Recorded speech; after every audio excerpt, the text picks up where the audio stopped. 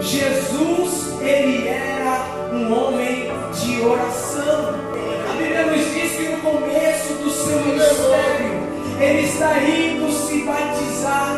E Lucas vai dizer, vai ser bem claro em dizer, que quando Jesus ele sai daquele batismo, depois de se levantar, ali João Batista levanta ele e ele está de pé, ele disse orando. A Bíblia diz, e orando, ele estava orando.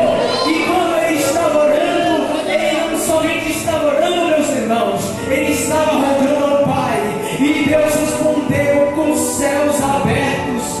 E Deus tem uma mensagem atrás disso, que você quer atrair os céus para a sua casa, é orando que você conquista. Jesus em todos os momentos estava orando. Jesus no fim da sua carreira, perto da cruz, ele vai